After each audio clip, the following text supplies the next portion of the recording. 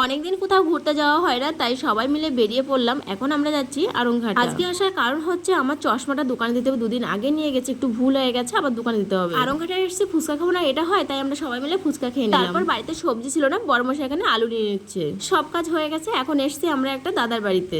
এই দাদার কাছে আগে আমরা পড়তাম তিনজনাই, তো দাদার সঙ্গে খুব ভালো সম্পর্ক বিমলা সৌরভের। আসার সময় আমরা চপ নিয়ে এসেছিলাম, এখন আমরা চপ মুড়ি খাচ্ছি। দাদার ঘরে রয়েছে খুব সুন্দর একটা রাধাকৃষ্ণ মন্দির। অনেক সময় গল্প করলাম, এখন আমরা যাচ্ছি দাদার ছাদ বাগান দেখতে।